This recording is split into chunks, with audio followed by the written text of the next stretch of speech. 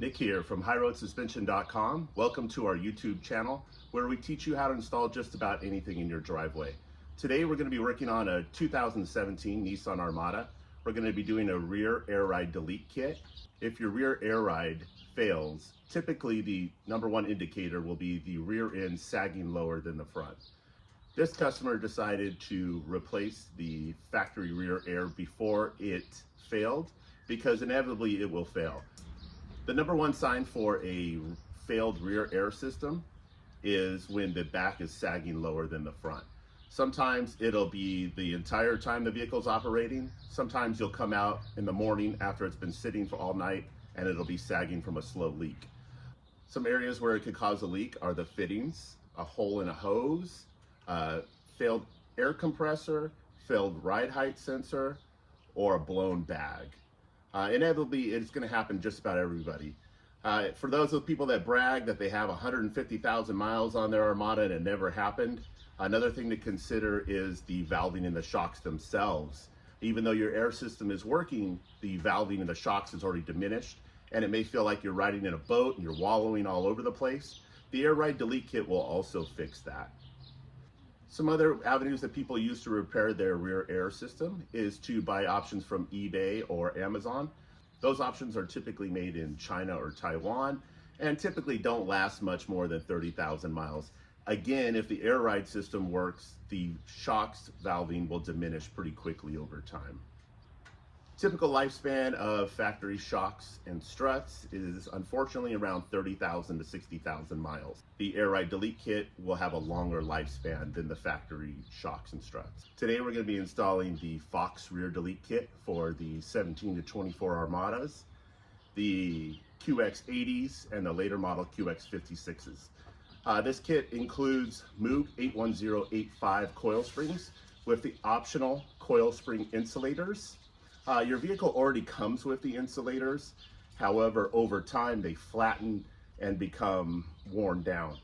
New insulators are always recommended to ensure proper ride height. The Moog coil springs are proven to work since 2004 for all 2004 to 24 Nissan Armadas. I personally had them on my 05 Armada. This specific delete kit includes Fox rear shocks.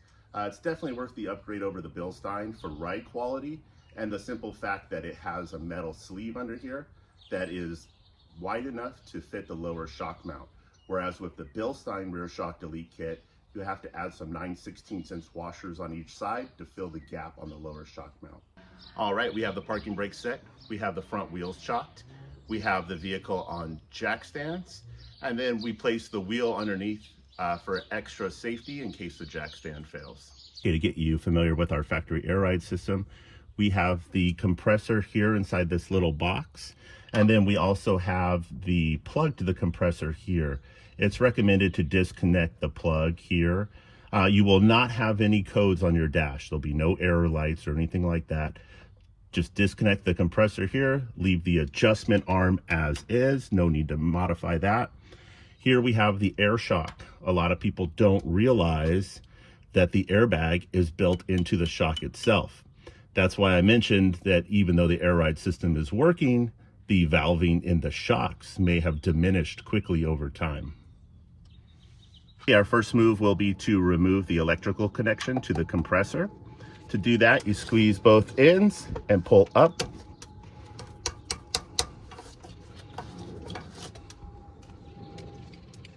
If you want to cap that, you can, but again, you have no intention of using your compressor. If your compressor is still working, some people opt to sell them on Marketplace or eBay to recuperate some of the cost of the air ride delete. There is a demand for those for people where only their compressor failed and they want to maintain their factory rear air ride. Okay, we have the lower control arm supported with the floor jack. We raised it up a little bit to relieve some tension off of this nut. We're going to remove it with an 18mm shallow socket. If you face a situation where this shaft is turning when you turn the nut, you can place a small wrench on here and a larger wrench on the nut. Turn the nut while holding the shaft in place with the smaller wrench.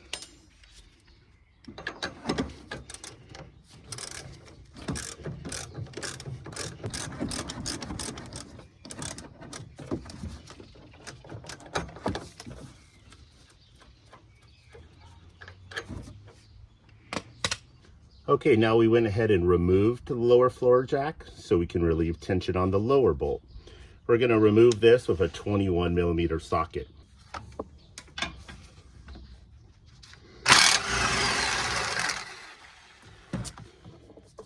We relieved the tension off that bolt, which makes it real easy just to pull this out. There's a welded nut tab on the other side, so no reason to hold it with a wrench. We're just going to go ahead and snip the airline here.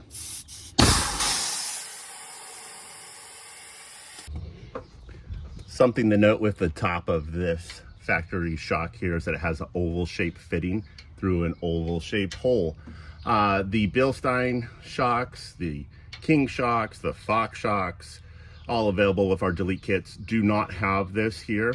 It's just simply a stud, a round stud, but the poly bushings will sandwich inside the oval shape and hold it all together.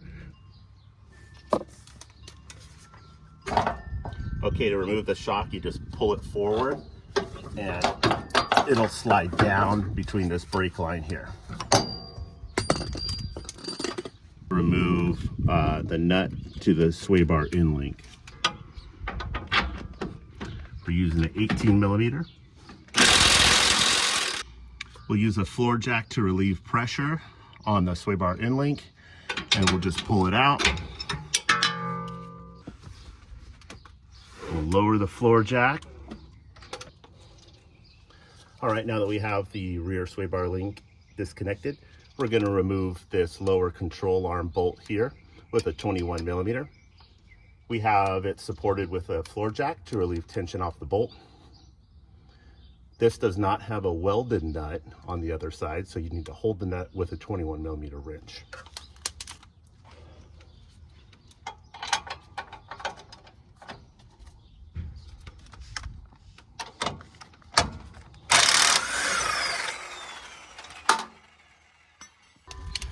Once you have the bolt removed, you can go ahead and lower the lower control arm. If you notice, the spring is not under a lot of pressure. It's not going to shoot out or anything like that. Just slowly drops down. At this point, you can opt to remove your coil spring and your isolators. I like to put my shock in and then move to that. Okay, similar to the factory shock that had the smaller end you could hold with a wrench to prevent the shaft from spinning, these have an opening here for an Allen head that you can stick in here to prevent the shaft from spinning. We'll keep these lower bushings on, we'll insert it up in there, then we'll put the supplied top bushings and nut on there. Go ahead and install the lower.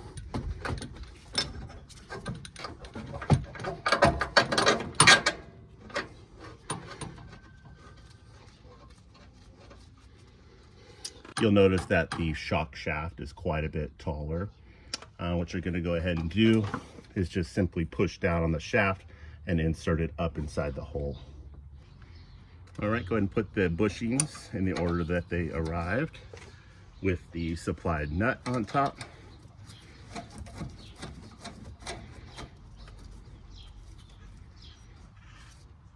We'll go ahead and tighten that top nut with a 19mm socket.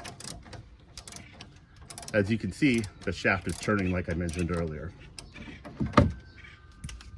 To avoid that, we'll put a wrench on top of the nut.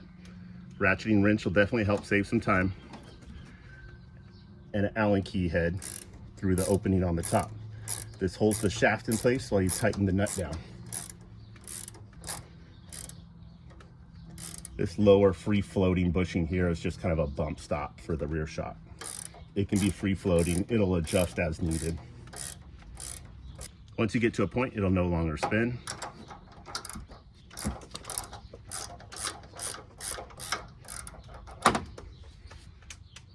You go ahead and tighten that lower bolt with your 21mm socket. Again, this one has a welded on nut, so no need to hold the other side with a wrench. We have our rear shock affixed. Now we're going to go ahead and remove that rear coil spring and replace it with the Moog coil spring and the new insulators. It's hard to see in the video, but there's an arrow on the lower insulator here. I use a paint pen to mark the spring the insulator and inside the arm to show where it's going to go. You want to put the new springs and insulators in the same fashion as much as possible as the factory. I'll do the same for the top the best I can. Now all we have to do to remove this spring is simply push down here and pull it out. You can see where on the top I used my paint pen. It'll line up with the factory mount and the new insulators in the same fashion. Here we have the factory coil spring and we have the Moog coil spring. There's more spring on the Moog coil spring because this is considered a lift spring. It won't lift your vehicle any higher than stock height. The goal here is to bring the rear end up to stock height when the rear air system is removed. The reason that the rear air system sags when not working is because it carries a small amount of air in it. Again, these are lift coils to lift it back up to stock height. Some things to note are the two ends here. The more tightly wound end goes towards the bottom of the vehicle. The more openly wound end goes towards the top of the vehicle. Again, you want to keep track of where your pigtails are. You want to put it all in as close as possible to factory. All right, we'll go ahead and install our new coil spring and our new coil spring isolators. You can either do the top or the bottom first, whichever you prefer.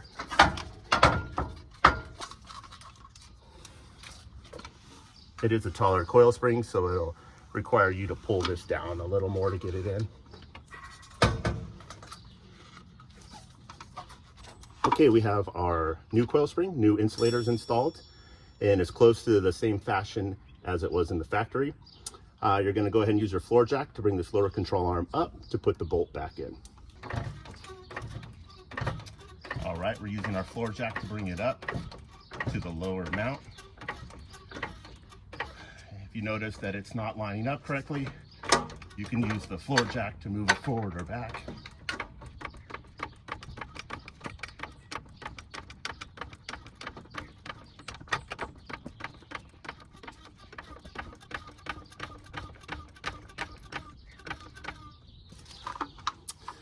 You can see it didn't line up here. So what we're gonna do is we're gonna push this in.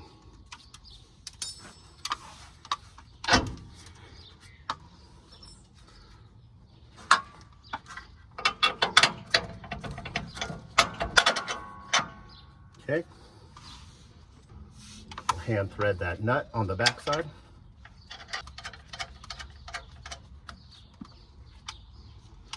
Go ahead and reattach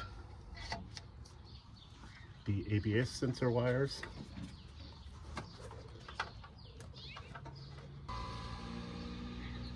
When we lowered this, the connector arm disconnected, so go ahead and connect that back if that's your case. It may be a good idea to just disconnect that and reconnect it as a precautionary. Now we'll go ahead and tighten that bolt and nut. We're gonna use a 21mm wrench on the back side, 21mm socket.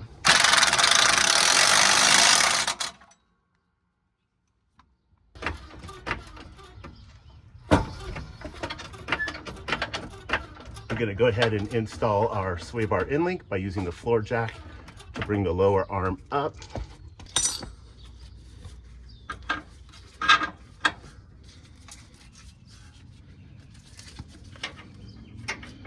Go ahead and hand thread it on there. Tighten it up with the impact.